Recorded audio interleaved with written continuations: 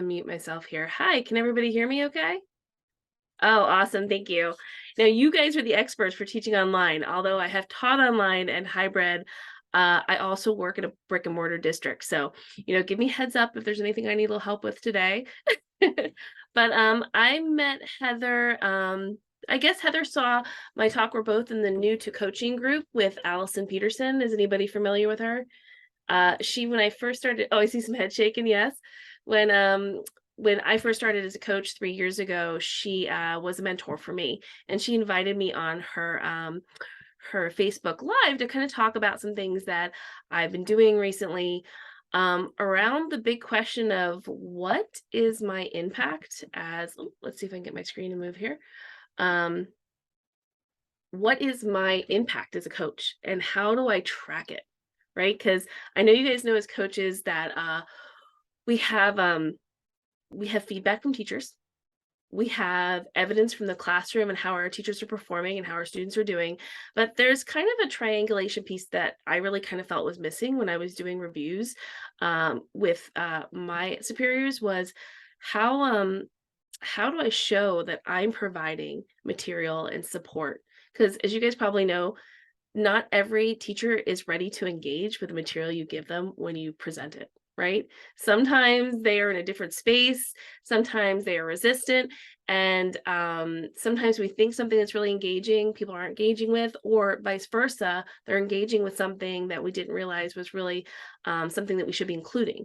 So I was kind of looking for a way to prove my impact as a coach, add that extra piece of data that was actually real data, not just like feedback, because also we know, like with teachers, like sometimes when they offer feedback, it depends on your relationship with them, it depends on how they buy into coaching, right? It depends on what their mood was that day sometimes, and sometimes that when that's all you kind of have as like proof of here's like how I'm interacting with this person, it kind of puts us in a really vulnerable position as coaches. So I was really coming back off COVID the past couple of years, asking myself like, what how do I prove my impact, and how do I also kind of track what people are connecting with. So that was the big question I was asking myself. And here I think I jumped ahead a little bit. Here's just a little bit about me. um, I have a Facebook group called Tech to Connect. I recently kind of started it because I had people like Heather reaching out to me and asking me to kind of chat or talk more about it. So would love it if you guys join today if you find any of my information relative. But a little bit about me is I'm an instructional coach, adjunct professor for technology and education at Immaculata University. I'm from Pennsylvania, outside the Philadelphia area. If you're familiar with kind of little Lancaster, I'm kind of out in the country in that area. I have a curriculum cert, principal cert. My background is in language arts. I'm actually working in a K-1 building right now, a brick and mortar building. But my background is actually secondary. I've been in education for a little under 20 years. And I was asked to move to a K-1 building, basically to kind of help them with a lot of their technology and engagement and things like that there. So let's see all right, my slideshows are, click on it here. There we go. So how to track your PD for engagement. How to use digital tools to track teacher engagement in professional development and coaching cycles. If you're interested at all, the little QR code will pop up at the end of my presentation too.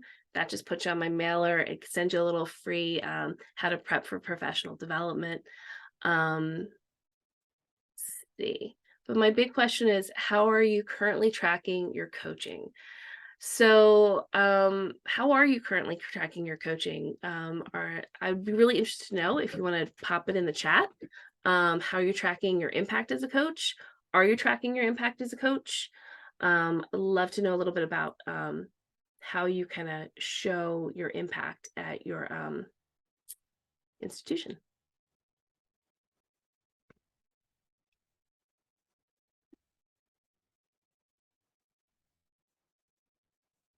Teach Boost. Oh, yep. I've used Teach Boost, Nearpod, right? Teach Boost. Yep. Yep. Nice. All right. All right, great. Yeah, Heather had shared with me that you guys are using Teach Boost. I work with a group of 5 coaches, and we do use Teach Boost too. I know you guys are on a Google platform group, but we also use Google Calendar. It actually has something similar to Teach Boost that's been like kind of embedded in it. So that's awesome. Let's see. So when I actually moved to my new building, the K-1 building, my current administrator is not someone who buys into coaching naturally, right? She doesn't have a big background in it. To her, it's another checkbox. So that was some area where I really had to kind of bring her over along with the staff. And she'd be asking like, well, how do we know that this person's making an impact in my building? Do I need this person in my building? And I was realizing when somebody asked me off the cuff, like, yeah, I could go to my Teach Boost and show like I had this many coaching cycles or different things like this. This is how I was spending my time. I got really good at showing people how I spent my time. I could prove that, right? And I'm sure you guys know what that's like. You got to track that, how you're spending your time. But then I was really having trouble with that. Well, what is my actual impact? So I started asking myself the questions like, how can I measure the impact of resource materials that I provide to teachers? And why does measuring that impact in the resources matter? Right? Why does that piece matter when I'm already getting a review, when I'm already tracking in Teach Boost, when I'm already showing my impact and the actual end impact in the classroom? Why do I need to have another source? And I realized that digital tools to track using digital tools to track engagement, they're probably tools that you already use, right? They're probably things you're already using to engage your staff. And you may not know that they have a tracking or analytic piece in them. I know when Heather and I were talking, and when I did a presentation in my Facebook group, that a lot of people gave me feedback, were like, oh, I use that tool all the time, but I didn't know it had a tracking piece to it. And you will kind of start to go down a rabbit hole, checking out things that you already use, platforms you already use, that they have an analytic piece to it or a tracking piece embedded in it that you could be using and pulling data. So you don't necessarily need to recreate the wheel or do anything different. You just have to kind of get access to those pieces in digital tools that you're using. So why use digital tools? For the efficiency, right? Because you guys are all busy. You don't need one more thing to do, right?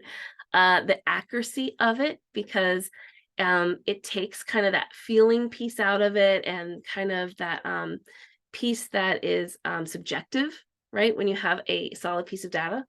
It analyzes most of the analyzation or tracking tools analyze the data for you, right? You don't have to spend time doing that, crunching the numbers, looking at different feedback people gave you and, kind of categorizing it. It actually does it for you. It creates more opportunities for collaboration. And ultimately, I think as coaches, what we really want to say at the end of the day when people ask about how we are, performing as coaches is we want to say that we're customizing things for different teachers, right? I know that you guys have a workload of teachers and they may all be at different grade levels. So you're probably put in a position where you have to customize, right? Do you give me a little head shake or thumbs up if you have to customize things for different grade levels, right? And that can take a lot of time. So this is something that I found that was helping me because I had to customize things for a lot of different people as well. Okay. So to go a little into the efficiency piece of it, right? It streamlines, it tracks things for you. It records and analyzes engagement and data. Accuracy, right? Going back to like we were talking about, reliable data. It's not based on an emotion or a feeling, which is important. But I realized when I started coaching, a lot of what we do can be emotional, right? Especially if you're working with somebody. Has anybody give me a thumbs up? Worked with somebody that doesn't really want to work with you? And it has nothing to do with you personally, but they either don't understand your job, maybe there's some jealousy, or they think that your job is easier, or that you have some ability over them, or there's a lot of emotion wrapped up in coaching, right? So having a data piece that is emotion free can be really great. And like I said, the data analysis piece too is also really good. It's just like, how many clicks did you get on a link? How many people stayed on that link and for how long? How many people downloaded that resource that you put? Those are like the pieces that could take you a lot of time. But when you start accessing the tracking and analyzation pieces and digital tools, a lot of that's done for you. So I'm going to show you what that looks like in a few minutes. So if you're like, I'm not really sure what she's talking about, we're going to show you some things of how that might look for things that your platforms you're already using, digital tools you're already using. Um, I've been in the entrepreneur educational space for a while. I've had a TPT store for about 7 years. And I've done a lot of entrepreneur stuff where you used to have to pay a lot of money to have tools to track people, to sell to them, which in some ways coaching does have that salesy marketing piece to it. But now I think since COVID, there's so many digital tools just to be competitive in a market, you have to offer this. And if you have a tool that you're using now that doesn't offer this when we get over call and look, I guarantee it will be soon. Or I would send something to their developers or their help desk and say, like, where is this? Where is your analytics? Where is your trackable piece? Because when they get that feedback, that's when they kind of like they start to create that piece. And ultimately to customize, right? I recently started using S'mores newsletters.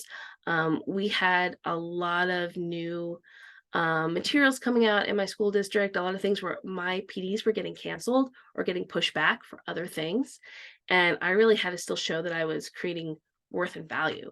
So I was sending out a weekly S'mores newsletter. And in those S'mores newsletters, I got to show it was like a gold mine, and I'll show you a little bit of a S'mores newsletter in a little bit, but it gave a gold mine of it showed me who exactly clicked on it, how long they stayed on it, what videos they clicked on, what PDFs they clicked on, what they downloaded. And the ultimate thing for me is that I was able to then follow up. Like I had somebody recently, she downloaded I did like a little science newsletter, and she downloaded all of my PDFs on the butterfly cycle. And so I reached out and she's like, well, actually, I want to do an essay on animal research. And this is somebody that doesn't talk to me, doesn't reach out to me. But I wasn't sneaky. Like, I saw that you downloaded. I said, hey, how's it going? Are you doing something with this right now? And she was like, yeah, actually I am. And I need materials and I'm stressed out and I don't have any time to create this. So then I was able to say, well, hey, actually, why don't I come in and we'll co-teach that lesson together? And I actually have a bunch of materials. And I would have never been able to connect with that person if I hadn't gone to see, because she's a quiet person. She doesn't talk a lot in professional development. She's a go with the flow, hardworking, never going to speak up person. I never would have had a coaching cycle with her if I hadn't had that tracking piece where I had something to talk about. But talking about that tracking piece, here's the careful slippery slope you have to do with that is you don't want to be big brother, right? You guys know how hard it is to build relationships with teachers, right? Um, and it's a constant work in progress. And one kind of bad interaction could ruin that relationship sometimes. Has anybody ever, just give me a little thumbs up, have you had an experience where you don't have a great relationship, or it took a while to build that relationship with somebody, or you had like just a little bit of a awkward conversation and you've gone back like 3 meetings with them emotionally, right? Have you been there? I see some smiles and some head shakes. I'm not the only one, right? And so you got to be careful not to use this in a big brother kind of way. I actually don't really, unless I'm asked directly, really express that I'm using this to teachers. I'm not shady about it in any way like that, but I don't say like, hey, I noticed, you clicked on this 10 times, because then automatically they're like, why is she looking into me? Why is she tracking what I'm doing? I try to really keep it in good faith that this is something for me. This is something that helps me be a better coach. I will talk with my administrator about this, that I use these things, but I never use it to like kind of tattle on someone or, point somebody's flaws out or anything like this. I constantly go back if I do have a conversation with somebody about this, is that this is for me to help me be a better coach and to help teachers. So how do you actually show that you have this proof, right? So how do we show that you have this proof? Um, Here are some ways that I use trackable slides. And I know the recording is here, but if you want to take a quick snapshot of this, if this is helpful for you, go ahead and do that now. Just so you have a couple of ways. I know that you guys don't use Google and Slides and Forms, but I just left them in there as a little bit of a conversation piece. But these are some of the basic trackable things that I use. Just tell me if you use any of these in your PD or reaching out to teachers. Can you pop what you use in the chat? That'd be really helpful. Do you use QR codes, bit.ly links? Do you use slides? I know some of you guys use ScreenPal. Do you use YouTube or Canva or S'mores? I know a lot of you guys use Nearpod as well, right? Oh, good Screencastify. Yes, Sarah, I'm not alone. I am like a Screencastify guru. I love Screencastify. ScreenPal, awesome. QR codes. S'mores. Oh, yes, Heather used S'mores too. Awesome. Awesome. Screencastify. Great, great. All right. So let's talk a little bit about let's talk a little bit about the tracking pieces in those. So how to track adult self-directed PD. So this is actually the titles in here, they're actually off a bigger talk that I do about tracking asynchronous adult directed PD and thinking about when adults are ready to learn, how they learn at their own pace, how adults don't learn like children, right? I remember when I was originally a coach, like one of my first PDs, I like tried to pull like a whole like teacher classroom, and all I got was a lot of like eye rolls because I was trying to, use pedagogy on adults, right? And adults learn at a different pace. And that was something I really learned as a coach. You may have learned that too when you converted from the classroom to a coach, that, teachers don't usually like to get the student whammy on them. I don't know if that's a better way to say that. They don't want you to treat them like students, right? Because adults come ready to learn at different times. They come with a different background of knowledge. They're not always ready to engage what you're teaching them at the time that you're doing it. So Heather had told me that you guys have special times that you have to have mandatory PD with your staff. Is that right? Is that right? Mandatory PD with your staff where you have to meet with them certain amount of times. That's got to be pretty hard as a coach, right? Building those relationships, because you have to meet with them. It's probably like a different type of relationship than probably I have to kind of go out and like solicit those times. But I have learned a lot about when people are ready to learn. It might not be when you have a meeting scheduled with them, right? They may have 10 other things on their plate. They may have a kid homesick.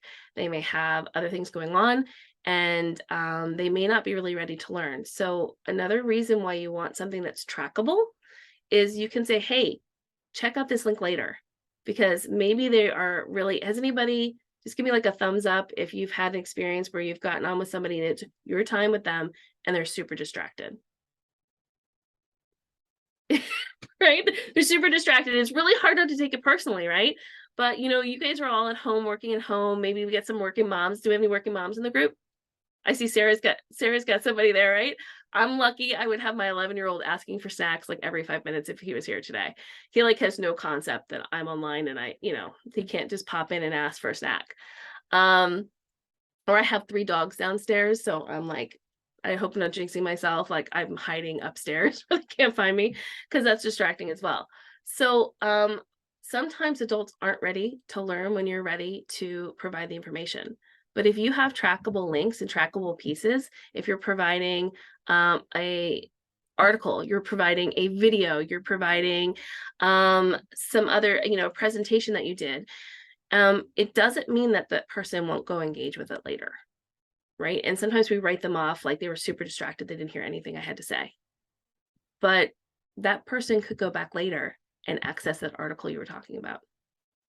And then your relationship changes with them, right? Because then you can see, hey, they were super distracted, maybe even felt disrespected of your time, but hey, they actually went back later and clicked on everything I shared with them. And that was when I started seeing people I was coaching very differently. I think I started to have a lot more heart for them because, we're all different. We're all dealing with different things. You guys as a group, you probably all work from home for different reasons, right? And you're online in this way. So this is a way to kind of help people meet them where they're at. So let me just jump in a little to that. So how to track adults self-directed PD is thinking about QR codes. Now, a lot of companies now in the past year or so have come out with QR codes. This is some data actually from a QR code that I use on Google Chrome. It's their one that comes up as their suggested free one. But using a dynamic QR code, they're usually about, I think I pay like $8.50 a month for this. And I'm going to show you Bitly too in a few minutes. Bitly also offers a QR code. But the difference between just a regular QR code and a dynamic QR code, if you haven't heard of dynamic QR codes before, they're QR codes that collect data or stats. And almost all QR software is kind of offering them now. So you just kind of have to look for them. Sometimes they'll offer it as like an upgrade and you just kind of click out of that and take a minute. I find for what I pay under $100 for it for a year, it's well worth it for me to be able to kind of monitor things. Now, where you work, they may pay for it. For me, I just kind of pay for it for myself. But you can see here, this was a PD I did on I did this on building relationships. So this is what I did on building relationships. And here is, you can see here with the little arrows here, I actually handed it out as a little actual physical piece where people had QR codes to scan. And I handed it out in October. And as you can see, I only have like 30 teachers in my building. And you can see that I had 70 scans of this QR code. So what that told me is that there are a lot of people that needed this at different times, right? They went back, that idea of having heart for people and knowing that maybe they can't engage with stuff right now, but they can later. Is I tracked this from October to March, and I had 70 unique scans of my PD on building relationships, right? It told me exactly kind of like when it was engaged with the most, but it also told me that I needed to follow up with more PD about that. And I would have never known that. I scheduled my PD for building relationships in October. And if I hadn't used this QR code, I probably would have never revisited the topic. But clearly, I had people that still needed it. That, first of all, they saved it, they went back and they engaged with it more than once. So that was just such a huge piece of data for me to digest. And it helped me shift when I was talking about relationships. And actually now, whenever I do professional development, I always try to have a little something every month that has to do with building relationships. So if you, so QR codes are great for that. Now, Heather shared with me that you guys use Bitly links. So I wanted to share a little bit. This is just something from the Bitly link site. So Bitly has the ability to track their links as well, right? And I think you get like 2 or 3 free ones. And then I think it's also like a nominal fee, like maybe $7 or $8 a month if you want to use all of their tracking tools. But the nice thing about the Bitly links, and I actually just did this, we had a kindergarten registration in my district, and they had me make a graphic for our website. And I actually just went through and I was able to see how many people clicked on our the graphic that I made on our website. We had like 50 unique clicks based on just using a Bitly code. Right. So I was able to give that feedback. Not only did I prove my value for my district by creating this graphic that promoted our our kindergarten program, but I also was able to follow up with, say, like, this is how many people click through and followed up with that kindergarten registration. Right. So that might not be coaching in itself, but it's showing my value that can lead to more coaching things. Like, I know that parents then are interacting with things that I'm putting out there. So actually in our kindergarten program, we actually just built out a Google Sites website that was all about helping parents. We had several videos from our teachers about supporting parents in teaching their students at home, right? And what I'm doing with that is every video that I have for that is connected to YouTube so I can track the links there. So these are ways I'm showing my value, my impact, and also leading to more opportunities to coach teachers and to support like the parent community. If you guys have any questions, I don't know, I feel like I'm just talking away here. I'm not. If you have any questions, please feel free to open up your mic. I'll definitely take a pause in a little bit and open up for questions too. Or if you're somebody who's a chat girl, throw it in the chat. That's good too.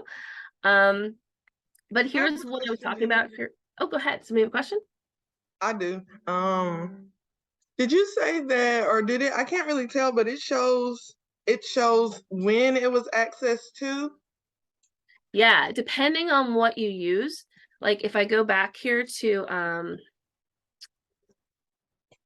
to this QR code. I'm trying to think of the name of it. If you go to like Google Chrome, it's like the first one they suggest in their Google Chrome store. But it can actually, this one tells me, you can see here, I think when I don't have it up, but when you click on it, it actually tells me the time, the day, the city, and the country. So for somebody like you guys who are working with teachers all over the country, for me, everybody's going to be from Pennsylvania, so that's not really a big win for me.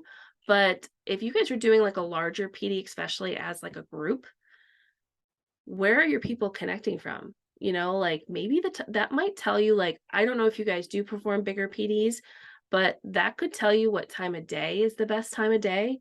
You know, like you might think 9 o'clock, right, is the best time to interact with people. But if you have a ton of people from Arizona on that call, but nobody from your East Coast, then you might want to think about, is the time you're providing for that the right time? Um, I don't know who's that was speaking. Was that Heather? This is Heather? Kobe. Kobe. All right. Well, what does that answer your question? Yeah, I think it's good because now we can know like when a particular PD is relevant to a teacher, you know? Like maybe at the beginning of the year they like more teachers tune in for management PDs and then in the middle of the year it's something different. So I think that's good data. Well, Kobe, I'm happy to come back and talk here in the future too, but actually in my Facebook group in July, I'm going to put the schedule out soon. I'm going to be talking in the month of July about who your audience is and things like when is the best time to engage adult learners, how to approach adult learners who have different levels of background knowledge, and probably my favorite topic to talk about is how to engage different generations of learners, and what is like kind of the profile of like a Generation X versus a Gen Z, versus a baby boomer, and how do you give PT to all of those people? So yeah, I just have a free Facebook group. I just kind of started it because it was kind of an easy way to like get the word out and talk to people. So if you'd like to join that, we're going to be talking exactly about those kind of things in July. So on Wednesdays at 7 p.m. Great, thank you. Oh, you're welcome. So let me hop back in there, and thanks for the question. I appreciate that.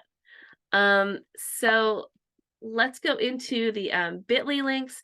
So like I said before, I have worked in the entrepreneur space as an educator for quite a while. I was selling a lot of my resources for a while. Now I'm just so enthralled in coaching. I don't have a lot of time for that, but it used to be that only certain companies offered all these trackable links. But like I said, to be competitive as a digital tool now, you have to offer these things. So the fun part is usually when I talk to people about this and I get off the call, then they're like, oh, I went and found out that I actually had all this data from this past year that I didn't even know I had. That when I go to my review or the next time I talk, I can bring that up. Or, oh my gosh, it's going to help the way I shape my next PD. So I'm excited for you guys to get off the call in a little bit and just like go dig around and see like what you might already have in regards to analytics. But as you can see, this was the one I used for my kindergarten registration. Now I use their free one, but I think you get 2 or 3 free engagement tools. So it gave me some basic information, but if you pay for it, it actually gives you a lot more information about how people are clicking through. But you can see I just at the very least have an idea of when. This was funny. This was kind of like our big day for registration. So that was the day we got the most click-throughs. This is my Google Slides. Now I tried because I don't know if any of you guys use Google Slides. Heather shared with me that you guys are not Google Suites. So I assumed PowerPoint. I don't know. Do you guys use PowerPoint? Is that what you use as a slide deck? I don't have a PowerPoint account. I was kind of digging and trying to find some information. I would be shocked if PowerPoint doesn't have a version of this because they're so competitive with Google Slides. But I couldn't find it, not having an account, just kind of like searching online. But it might be something if you're really savvy with PowerPoint to take a look through. But I'm just going to share what it is in Google Slides because if PowerPoint doesn't have it, I'm sure they're getting it. Because like I said, to stay competitive. So this is an activity dashboard. This actually, I did a PD with my coaching team where we sent out slides for, we found out that we had a lot of behavioral management, classroom management issues with our teachers when we were doing some surveys. So we did a whole like 6 weeks of every time we'd send out a slide with information on it about classroom management. And we were actually able to see, you can see that little arrow there through the analytics, we could view the trends and again see how many people clicked on it and what days that they clicked on it. Now this one doesn't give me a unique click. That means it doesn't tell me exactly what person, actually, that's a lie. I'm sorry. This one actually does. If I click on the right thing, it does tell me the email address of the person that clicks on it. But this is just the overview. This was the biggest thing to just show how many people were engaging with it over a 90-day period. So not even like the day of, over a 90-day period, we had 127 unique views. And unique views means that it was opened by a different person. So we had a lot of people opening it more than once, right? Because you guys know, like, people, it actually takes, like, there's a lot of research out there in the marketing world that I think relates to us as coaches, that it actually takes 7 touches or 7 interactions with material for adults to truly digest it. The world is so busy right now that somebody, you'll notice if you start doing this tracking, somebody might open your email like 4 times, and on the 5th time they engage with it, right? Or they may not be engaging with a slideshow, but if you recorded yourself talking through a slideshow, especially for my Screencastify people, go download it as an MP3 and post that too. So that MP3 is the audio file for it. So give me a thumbs up if you are recording yourself talking through any professional development at any time, through any slides. Okay, if you're not using the MP3 piece, I'm going to tell you that you are sitting on a gold mine. All right. Download the audio. You don't have to recreate it. You don't have to record a podcast. You don't have to make anything special. Go back to that video and download it as an MP3. I know in Screencastify they offer you that option. ScreenPal, they should because I know they're very similar. And send that link to and say, hey, when you're walking the dog, when you're on the treadmill later, when you're driving your kids to soccer practice, if you didn't get to watch my PD, go listen to it. I don't know how many people that when I started doing that, when I wasn't getting engagement, when I went to a new building, I had so many people who were like, oh, I walk at lunch and I listen to it, you know? Or that I got somebody told me that was the easiest PD I ever attended. I just listened to it when I was walking the dog, right? So if you're getting people who aren't engaging with your slides, think about creating or your videos, think about creating an MP3, and you can just send that as a file, right? They can pull it right up. You can send it in an email, or you can post it on your MLS system, and they can just pull it up on their phone and listen to it. I know as a busy mom, I'm running to practices all the time. That's the only way I get my PD, is listening to podcasts, listening to audio. So that might be another, like, an avenue for you guys to think. It's kind of like a multimodal version of how to engage people with different tools. All right, so let me slip through here. I just have a Google form. I know you guys don't use Google, but whatever you're using for your surveys, I guarantee if you're not looking at the analytics, there is an analytics piece to it, right? So this is, here's for my Screencastify girls and guys. I only see women on the, is there any guys on the thing that I didn't see? Okay. I don't want to insult anybody. So for my ladies that are my Screencastify ladies, I love Screencastify simply if you're allowed to use it and you're not really loving whatever thing you're using. Here's why I love it. It's really simple, but it was made for teachers originally, and it was made for education originally. A lot of the other screen casting programs have adapted for education.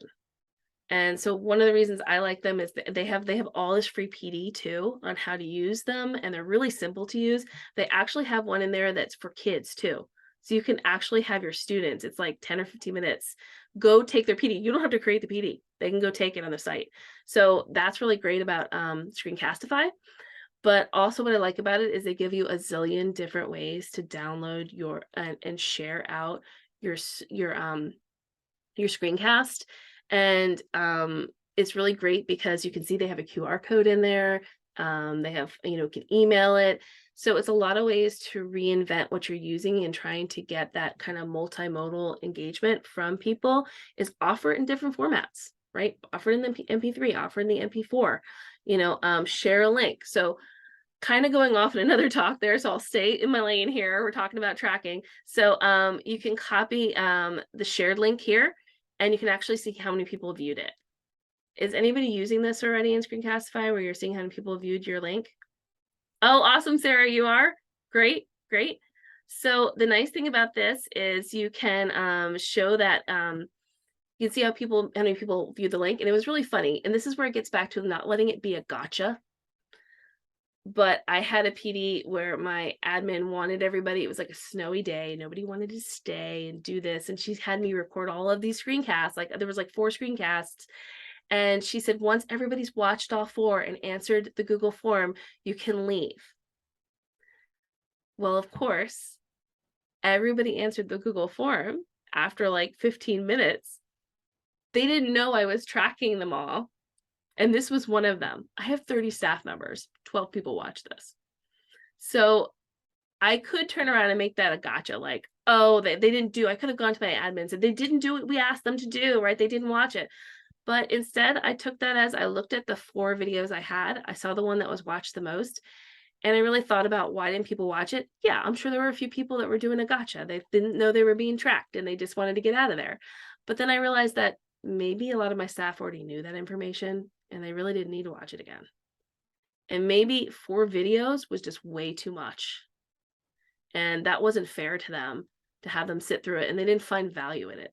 And you know what? No one had to have a hard conversation with me and tell me they didn't find value in it, or they didn't have to message their friend or tell somebody what a waste of time this was, because I could tell that from the analytics, you know? And so I didn't have to I didn't have to and I also didn't have to have that feeling when you feel when you know people think it's a waste of time. I was like, "Ah, that's proof that was a waste of time."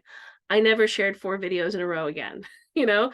So that's how I would encourage you to use this tracking data, not as a gotcha, not as a big brother, not as we find out you're not doing what you're supposed to be doing. More as like, what does that tell me about this person and what they need from me?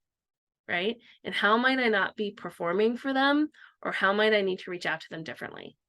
So I really encourage you, if you're going to be using that, that you come with that mindset, because that makes all the difference in this being a really positive thing and something that works for you versus something that you get frustrated with. So this was ScreenPal. I kind of pulled this up. I took a couple snapshots off their website for you guys because let me go that. So sorry, I know I had your pictures up there. It just helps me, but I'm sorry if I was blocking your screen. So let's see. So if you're a ScreenPal user, I was just trying to find out if they have the analytic tracking, and it looks like they have in your free version, or it looks like your step up from your free version.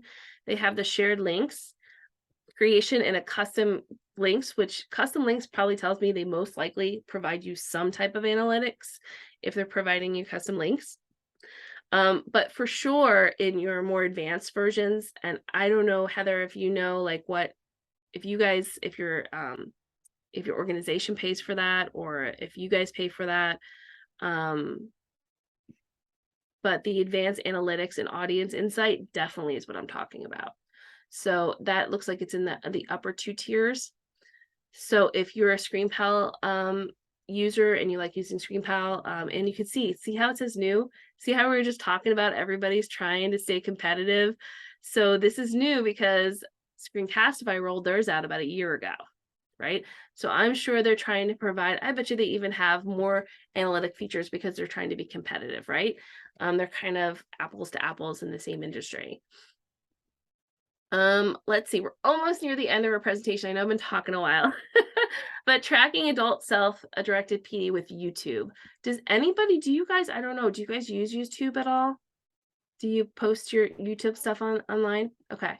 All right. So you may already know this then, but there's 2 different ways you can track your YouTube. Obviously, you can see how many viewers viewed something. So I had posted a little like how to use Canva for ed leaders. And I can see in 3 days I just put this on my LinkedIn page. This wasn't something I shared with my teachers, but I had 18 views in 3 days. So that way I can see, but actually if you go into, and I'm sorry, I don't have a screenshot of it here, but if you go into where you upload your YouTube videos, you may already be aware of this. You can actually go in and see the analytics. There's a place to click for that.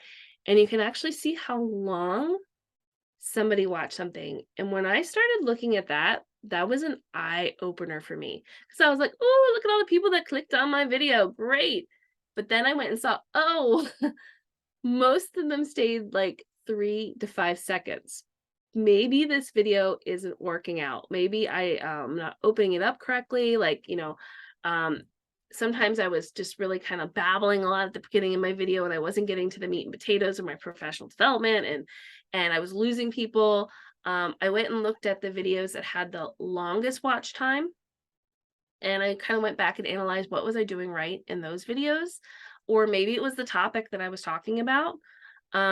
So not only seeing how many actual views you have, but a lot of digital tools now offer the ability to see how long. And I know YouTube has had that for quite a while, but the average viewer, I know there's some statistics out there, the average person will watch a video.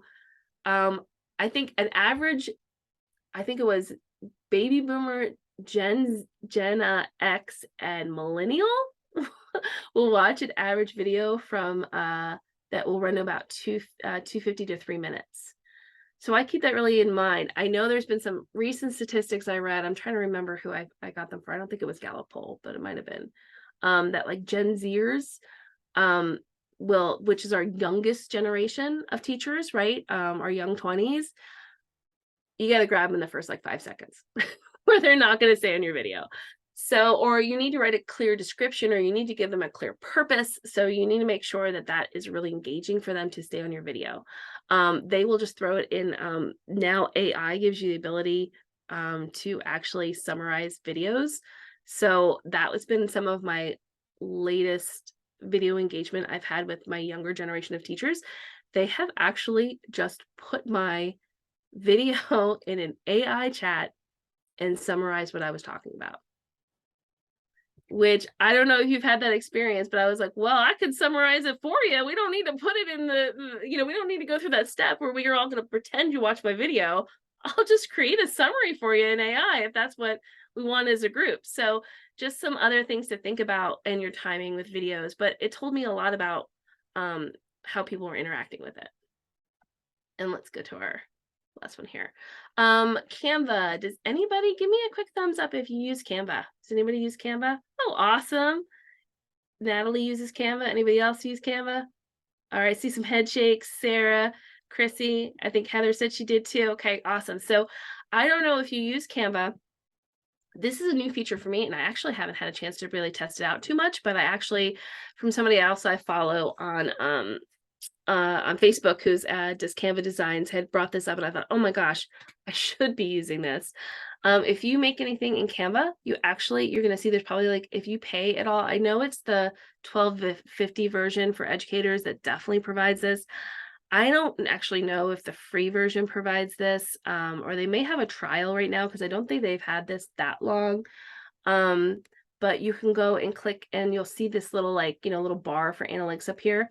And when you click on it, it will actually tell you if you're like in something you created. This was like a graphic that I should have used this with, but I can actually, you would actually be able to see how many people viewed it. And my understanding is that you have to share it for Canva.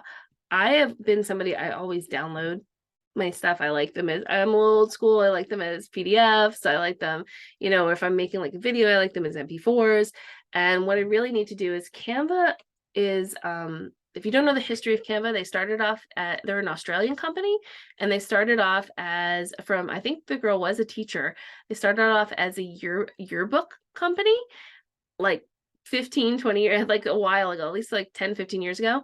And that's one reason I like to support digital tools that were created by teachers and educators, because I think they just think like we do, and it has, exploded and become so much more, especially in the last 3 to 4 years. And you can do all kinds of different graphics. If you're not using Canva, definitely something to jot down and try later. If you join my Facebook group, you can message me if you want me to do or talk some more about Canva. I'm happy to talk more about it in there. I really love it. But this is a newer feature. They're trying, why I kind of gave you their background was because I've been using it just as graphic tool, and a lot of people have, but they are trying to become more of an MLS platform. so a learning management system. They have the ability to do that. They've made a whole educator section to this. You actually can teach from Canva like you would teach from like Google Classroom. There are all those features. I haven't per se really used it that way. It's not how I need it. But they're trying to make it so people stay on their platform. So by sharing a link and sharing these analytics, it kind of goes back to their platform. So this could be a really cool thing for you to use if you use a lot of graphics, if you use a lot of different templates or worksheets that you create in Canva, that you can actually go back if you share the link versus downloading it. You can actually see the views, see the engagements, see the unique links, and to see how people are interacting with that. Let's see. Any And questions? Jenny, Go I ahead. see one of our coworkers has her hand up. Jennifer, did you have a question? I did, but I think she answered it because I haven't made, I mean, I've made PowerPoints, but I've only downloaded them. And I know to go into our classroom, we would have to put it into a PDF for teachers to use it. So like if we created a tool for them, a slide for them, they would have to convert it in order to upload it into Neuro, which is our platform. So I was just thinking of how to do that. But as far as like if we made a tool like a flyer, we could share the link that way and then be able to track it. So that you answered my question, Oh, okay, good. but that's what I was trying to think through. So Jennifer, I love that you're thinking this through. Because I mean that for me it was when I hit that point. Once I kind of figured this like this aspect of it out, it was just like the sky was the limit. But you could use a bit.ly link maybe if you convert it to a PDF, because then when they click on that, it's already a PDF for them. Maybe I'm just trying to think through. So it might not be through Canva, but you still have a tracking ability there. But yeah, I'm still new to playing around with it. I just didn't want to not include it because I know a lot of teachers use Canva. But thanks for the question. That was a great question. Does anybody else have a question? I think, is it a Mrs. Chriselle, you're Baker? muted. Or were you talking to us? Oh, no, I was talking to my son. Oh, that's okay. No worries. Okay, so let's just talk about s'mores. I know somebody put in the chat that they also use s'mores. Thanks, Heather, for that question about AI. Yep. I amazed, like my Gen Zer, like I'm in my 40s, my young 20-some teachers, I just amazed. Sometimes I just go straight to them and I'm like, so I'm gonna present this. How are you gonna digest it? Like before, because I just want to, reach them. I have a lot of I coach our second year teachers.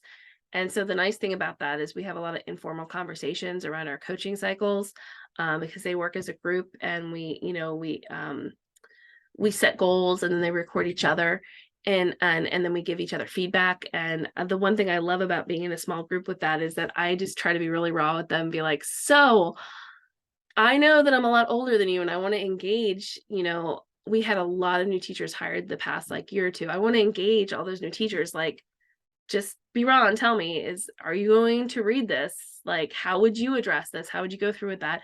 And I think it helps for me because it gives them a lot of buy-in. And sometimes they're the group that's hardest for me to reach. One thing that is not part of this presentation, but what I have found that my younger teachers that I'm doing mentoring programs with, they like apps like Marco Polo and there's another one. I don't know if you guys know what I'm talking about. There's Marco Polo and there's another one similar to it.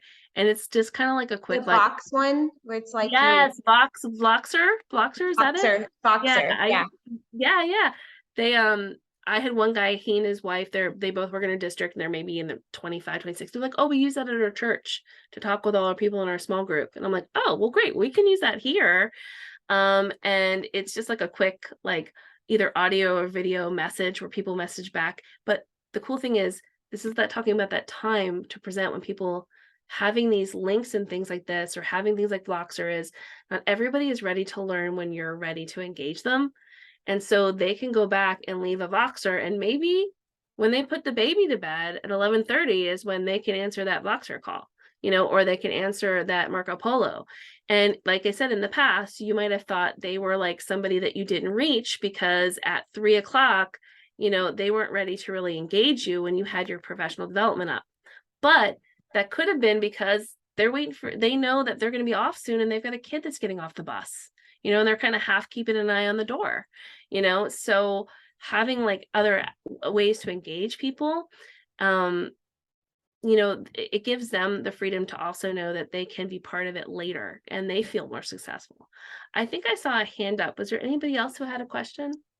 It's me again. Hey, Jen, go ahead. I have two. So the first one was I tried to find you on Facebook, and when I put in tech to connect, there were several options. So I was wondering if you could Yeah. kind of point me in the right direction. And so and Yeah, then the 'cause- second one was I'm totally guilty of student whammy, I think. Because in my heart, I wanted to just model some ideas of how they could use it in the classroom. That was like the thinking of presenting in a way where it was like, hey, like hopefully sparking teachers' imagination, you know? But now I'm thinking, yep, it could have totally not been taken that way. Um, just your thoughts on how to present the ideas of it without patronizing, or you know what I mean? Well, I kind of do a bigger talk called PD in the post-pandemic workforce. And in that talk, I kind of talk about it. This is actually the tail end of that talk because I wanted to keep it kind of like concise. And, Heather and I, when we talked, she was like, oh, that was really resonated with her and the group I was with then. But when we're talking about in that talk, I really talk about having almost like a hamburger or sandwich approach to PD.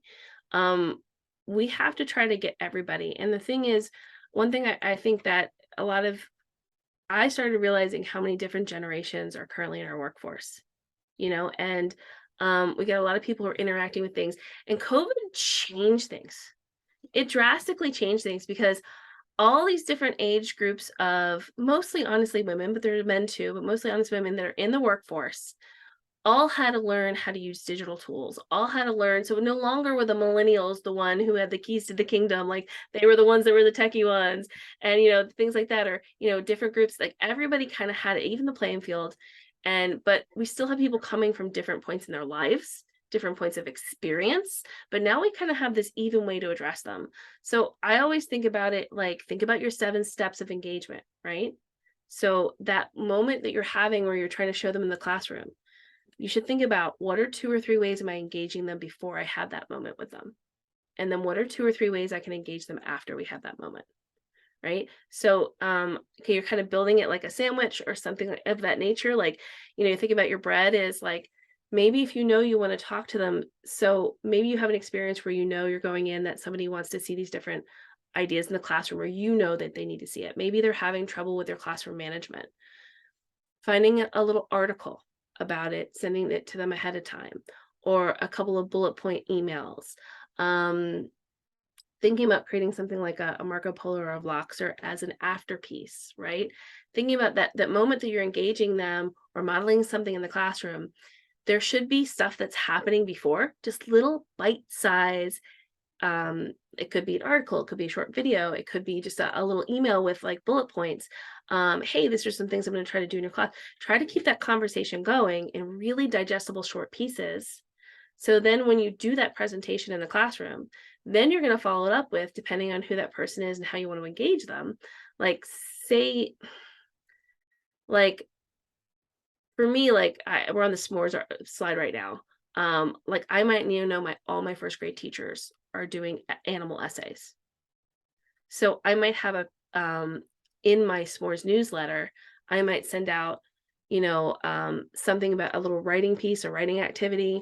I might send out a YouTube channel that I suggest that gives background knowledge on animals. I might actually post when my librarian has available time for kids to come in the classroom. So I'm thinking about these things, and then I go back and I post that a week or two before I know people are engaging with it. I might go to a meeting and hear what they have to say. Then I go back and look those statistics and see what people engage with. Maybe everybody watched the science video that I shared, but nobody did anything with the writing, you know? So it lets me know that's an entry point for me. So thinking about what you're saying about like feeling like you're giving them the whammy, like you're giving them all the good stuff and then they don't do anything with it. You got to think about it might not be because they're disrespecting you as a coach or they don't find you valuable or they don't care. A lot of times underneath it's about they're not ready to learn right then. And you've got to give them lots of other opportunities to learn. And maybe they never learn exactly what you want them to at that time, but if you give them several opportunities to engage with similar material, then you've given them a lot of opportunities. So if you've got somebody who you're engaging them with lots of different ways of material and they're still not engaging, that's an issue. But yeah, maybe that person, you find that sweet spot when you made that little, presentation. So you go in the classroom and then you send them a little presentation and then you send them the audio file of the presentation because you already tracked that they never opened the presentation, right? So you went in the classroom and they never opened the presentation or they were only on it for a few seconds because you put it on YouTube. Well, instead of being like, they don't care, I'm going to have to tell my, admin that they weren't on there because that creates a friction, right? Send it to them as an MP3. Hey, I know you're a busy mom. I love to listen to podcasts on when I walk my dogs. Just thought you might enjoy listening to it this way if you didn't get a chance to watch the video. So that gently lets them know like, oh, shoot, I got to go watch that video. Or, oh, great, I can actually do that right now. So that's like the power of coming up with things that are trackable, is that it just changes this relationship, Was that helpful? Okay, cool. Okay, so I know I've been talking a lot. I'm almost done, guys. But yeah, Jen, go ahead. I just wanted to thank you so much. Are you done now? Unfortunately, we have another meeting that starts at 10:05. Oh my gosh, okay, yeah. We are like back to back, but I love the spot where we're at right now, where we're really talking about maybe taking some of those same topics and giving multiple choices for people to stop and engage. And I really appreciate your time and the effort and everything that you've shared with us. And I know that you'll probably have many people reaching out to you in your Facebook group. And I've learned so much from you. And just like the various little bite-sized things that I'm able to go and engage in. And like you said, it's so relevant and valuable for us to be able to jump in and engage where we're at. And the 5 generations of the workforce is like such a huge topic. So I'm looking forward to learning more from you about that as well on like my personal time away from work time. But is there anything else that you just wanted to share? Or do you want to like maybe is this your QR code for your Facebook group or? This should go to my Facebook group and answer somebody else's question. Like I just came up with random, I was trying to think of something that would get people on there, and it's Tech to Connect for instructional coaches. I found out after I named my Facebook group that actually Wyoming has a Tech to Connect for elderly people. That's not the same one. So Tech to Connect for instructional coaches is my site, and it's gonna and my name is Jennifer Cameron, if that helps too. I actually have a website called Teaching with Jenny too. So there are a couple different ways to reach out to me. And yeah, thank you. Well, so we much. appreciate you immensely. Thank you so much for sharing your wisdom and knowledge. And I know I saw lots of positive impact in the chat where people are saying, oh my gosh, I went and looked at my s'more. I didn't know you could do this. I'm so impressed. And so like we're getting people behind the scenes that hearts are just glowing because they're realizing the stuff that they've produced is now has been accessed and able to really look at that. So we appreciate you immensely. Thank you so much for your time. And I'll touch base with you personally a little bit later today. Yeah, sounds awesome. Thanks so much for having me, guys. Best of luck with everything. Bye-bye. Thank you. Bye-bye. My computer is frozen. Hey, Heather, sorry if I stayed on too long there. Oh, no, you're fine. You're totally fine. Yeah, if you can, would you mind sharing the, I don't know if you're allowed to. If you're allowed to, could you share the video with me? Absolutely. If you're not, Yeah, I absolutely will. Give me, I'm back to back until like noon today. Got it.